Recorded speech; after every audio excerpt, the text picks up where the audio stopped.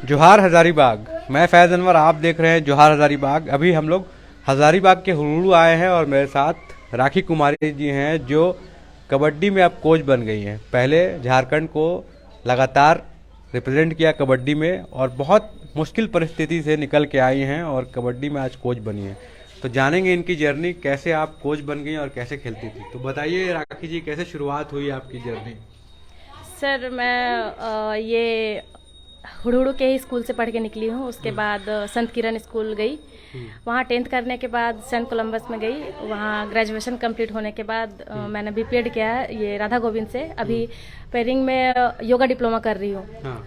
उसके बाद मैंने स्टार्टिंग से कबड्डी को बहुत ज़्यादा, मुझे कबड्डी बहुत ज़्यादा पसंद थी, तो मैं कबड्डी में काफ़ी मेहनत की और मेहनत का फल भी मुझे मिला। मैं नेशनल तक गई और नेशनल मैंने सात नेशनल खेले हैं, जूनियर और सीनियर। 7 नेशनल खेले हैं? हाँ जी, 7 तो नेशनल ये खेले। कबड्डी में कैसे आ गई आप? कबड्डी में कैसे आ गई, मतलब इस खेल में कैसे आई?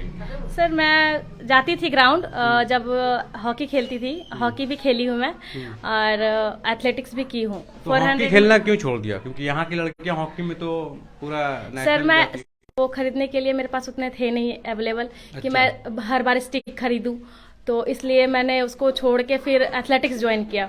तो एथलेटिक्स में मैंने 400 मीटर और हाई जंप करना स्टार्ट किया था। सेंटर में भी रही हूँ मैं 2-3 साल तक, तो उसमें भी इम्प्रूवमेंट नहीं लगा मुझे।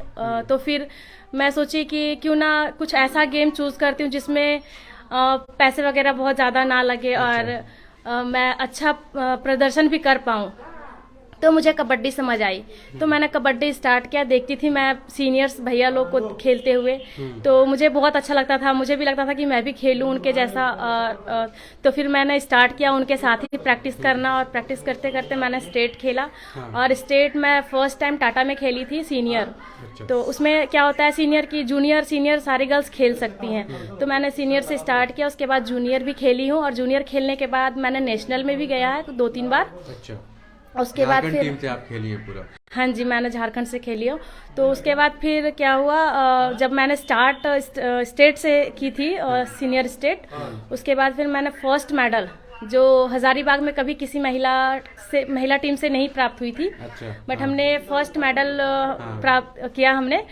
काफ़ी मेहनत करने के बाद, दूसरों को देखते देखते मुझे लगा कि नहीं, हमारे डिस्ट्रिक्ट को भी फर्स्ट मेडल जाना चाहिए। क्योंकि मैं हर बार स्टेट में सुनती थी, कभी बोकारो, कभी जामताड़ा, कभी टाटा, कभी रांची, ये सब स्टेट आते हैं नाम, डिस्ट्रिक्ट नाम आते हैं, तो हमारे हजारीबाग क्यों नहीं आएंगे। तो मैं हजारीबाग के लिए मैं काफ़ी मेहनत की, कंटिन्यू मेहनत की लड़कों के साथ, बॉयज जो सीनियर्स। लड़का लोग ज्यादा प्रैक्टिस करते थे? हाँ जी, सीनियर्स भैया होते थे उनके साथ। उतनी नहीं खेलती थी? हाँ, उतनी लड़कियां नहीं उसमें ज़्यादा इंटरेस्टेड होती थी और कंटिन्यू आती भी नहीं थी, कुछ कुछ आती थी। और तो फिर मैं सोची कि क्यों ना इनके साथ ही प्रैक्टिस करती हूँ, एक रेडर हो या डिफेंडर, उनके दम पे एक मैच निकाला जा सकता है। अच्छा। तो आप मैंने, क्या करती है? रेडर है क्या है? मैं ऑलराउंडर हूँ सर। ऑलराउंडर सब कुछ करती हाँ जी सर, मैं रेड भी करती हूँ, डिफेंस भी करती हूँ। एक बात बता रहे थे आप कि आपके पेट में बच्चा भी था 3 महीने का, तो उस हाँ टाइम के जी। लिए वो कौन सा मोमेंट था ये? हाँ जी सर, मैं ये गई थी यूनिवर्सिटी गेम खेलने, बीवीयू से, हाँ। विनोबा भावे यूनिवर्सिटी से। तो उस टाइम मेरी बेटी यही थी क्या? हाँ? इधर आ जा बेटा, इधर आ जा।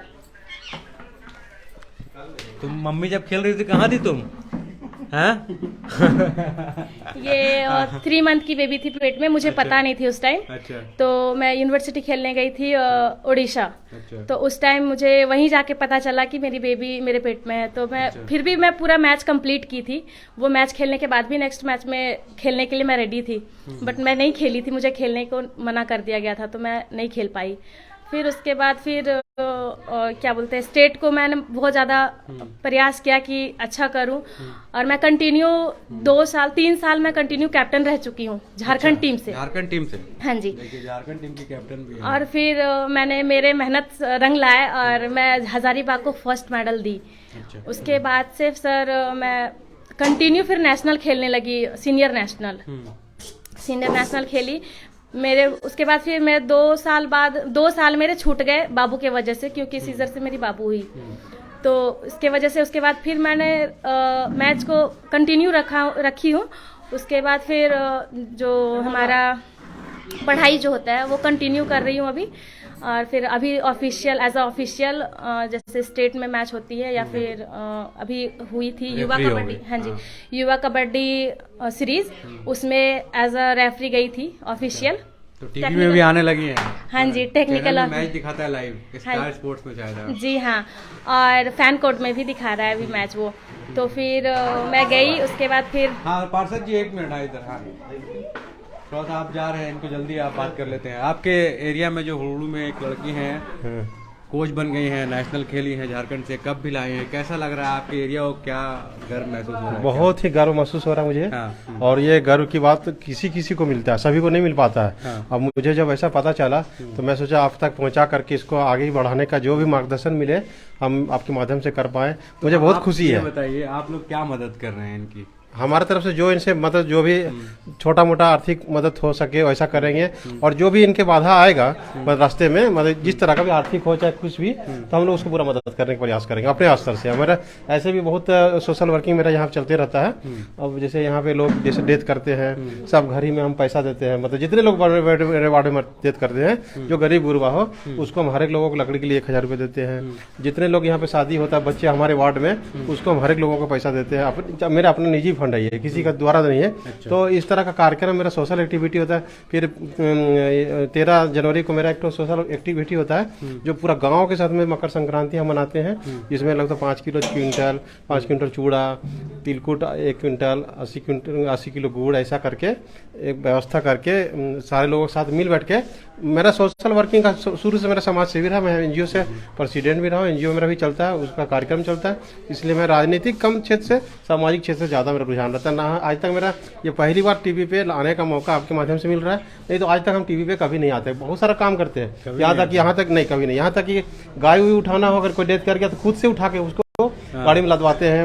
नाली भी साफ करना खुद से लग के, अभी नाली साफ होता है तो हम अपने से लग के करते हैं। मैंने काहे नहीं आते, मतलब आपको कोई नहीं कवर करता पूछता है? नहीं वैसे, मैंने आप है जो कि पूछने पहली बार आए हैं, कोई पूछता भी नहीं है। देखिए आजकल के दुनिया में क्या है ना, दिखावा ज्यादा है। जो ज्यादा दिखावेगा, आपके साथ संबंध बना के रखेगा, आपके साथ मैंने तुरंत चापलूसी या चाटुकारिता करेगा, तो ऐसे लोगों को ज्यादा पूछ होता है। हम लोग का उस शुरू से आदत नहीं रहता। अभी देखिए मेरा बाल है ना, सब इसी तरह से रंगा वगैरह। बहुत लोग होता है कि हम लोग से छोटा छोटा देखिए पूरा बाल मोच रंग के लगेगा कि लड़का है, फिर हम लोग से रंगे, हमको सब ध्यान नहीं आता है कि अपने में दिखावा क्या करना। हमारा क्या क्या मेरा वार्ड में जो क्या डेवलपमेंट होना चाहिए, हमारा लिए दायित्व मिला, उसको निर्वहन करने के लिए ज्यादा तरह ये रहता है। इसीलिए हम आएंगे, मतलब जब अभी चुनाव आ रहा है तो आपका कार्य को भी देखने आएंगे? बिल्कुल, हम तो यही चाह रहे हैं कि हमारे कार्य को देखने के लिए आइए कि पिछले 10 सालों में क्या हुआ, और 2 साल तो मेरा कोरोना में चला गया। लोगों से ये पूछेंगे एकदम निसंकोच, हम सोचे हर एक घर में जा जाके पूछिए कि मेरा क्या व्यक्तिगत है या मैंने कैसे काम। वार्ड है ये, कौन सा वार्ड नंबर 35 है 35। और वार्ड 35 के सारे लोगों से पूछ सकते हैं। और यहाँ तक कि आप विरोधी पास भी जाइएगा तो अगर सही जुबान से अगर बोलेगा, निष्पक्ष होगा कि अभी पिछले 10 सालों में क्या हुआ, और इन 2 सालों में, मेरा तो 5 साल कार्यकाल में 2 साल तो कोरोना में चला गया। कोरोना में मैंने इसी जगह में 400 लोगों को अपने हाथ से खाना खिलाया, ना ही कभी गिलास, नहीं कभी मास्क, कभी कुछ नहीं। सुबह 5:30 बजे 6 बजे निकलते थे, रात को 10 बजे आते थे।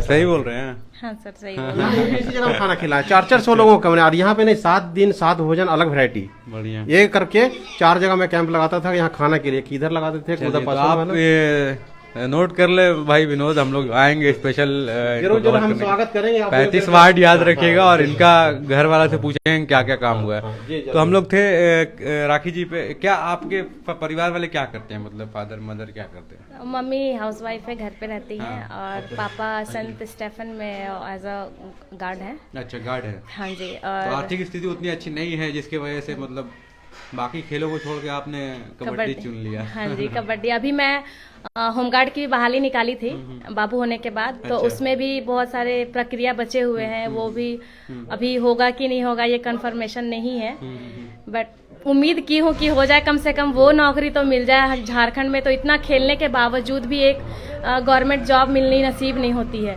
हमने काफी प्रयास किया, लेकिन किसी में भी सफल नहीं हो पाई हूँ। और इतना खेलने के बाद भी एक होता है कि एक स्कॉलरशिप भी आना गवर्नमेंट से, मुझे आज तक एक स्कॉलरशिप नहीं मिली है। तो और जब जब भी भी खैर मैं आप खेलने कोच गई- बन गई हैं तो पैसा मिल रहा है ना? हाँ, भी शॉर्ट टाइम के लिए, और ये हमारे लिए, और मेरी बेटी भी बड़ी हो रही है सर, उसके फ्यूचर के लिए भी मुझे मुझे कुछ तो अच्छा करना होगा कोच के ताकि अलावा कुछ और काम आपको करना पड़ेगा। हाँ जी, मुझे गवर्नमेंट जॉब तो चाहिए ना। जब तक गवर्नमेंट जॉब नहीं मिलेगी तब तक मेरी बेटी भी बड़ी हो रही है, उसका भी फ्यूचर देखना है। तो मैं सोच रही थी कम से स्पोर्ट्स के बेसिस में नहीं मिल रहा है नौकरी। नहीं मिला है सर। बोलते हैं कबड्डी में नहीं दिया जा रहा है इतना नेशनल। दूसरे स्टेट में क्या होता है सर कि एक नेशनल खेलने के बाद उसको गवर्नमेंट जॉब मिल जाती है, बट हमारे झारखंड में ऐसा है कि कबड्डी इतना खेलने के बावजूद भी इसमें हमारी क्या गलती है, कहाँ क्या है नहीं। हम तो बस खेल की भावना से खेलते हैं। हमें तो बस पता होता है कि बस ये गेम है, खेल है, एक ऐसा खेल है, हमारा भारतीय खेल है। और मुझे लगता है कि कबड्डी ऐसा गेम में लोगों को मतलब नौकरी क्यों नहीं दिया जा रहा है। इतना खेलने के बावजूद भी हम घर में बैठे हैं, बेरोजगार बैठे हैं। तो हम चाहते हैं कि हमारे जैसे भी प्लेयर के बारे में सोचा जाए और हमें जॉब दिया जाए। बिल्कुल। तो देखिए यही है राखी कुमारी जी की कहानी। कबड्डी में अब कोच बन गई हैं। पहले झारखंड को 6-7 बार लगातार खेली हैं। हजारीबाग में पहला मेडल इनके थ्रू आया है कबड्डी में, और अब चाहती हैं कि इन्हें नौकरी कुछ ऐसा मिले, क्योंकि ये कोचिंग का जो जॉब है वो टेम्प्रेरी है, कभी कभी पैसे मिलेंगे, हमेशा नहीं मिलेंगे। तो अभी इनका घर की हालत भी उतनी अच्छी नहीं है कि वो चला सकें। एज अ रेफरी ना, कोच नहीं रेफरी। Yes referee. कोच होते तो परमानेंट हो जाते है ना। हाँ। तो रेफरी है तो पार्ट टाइम है, कभी कभी जब मैच होता है तभी होता है, तभी खिलाती हूँ। उसके बाद तो फिर घर पे बैठना है। राखी जी को चाहिए कुछ सरकारी नौकरी ऐसा मिले जिसमें वो अपना इन्वॉल्व रहें और अपना इनका गुजारा चले। मनीष जायसवाल सर ने भी मेरे बहुत हेल्प की है। जब भी मैं खेलने गई हूँ उन्होंने मेरा सहयोग किया है, सपोर्ट किया है। अच्छा।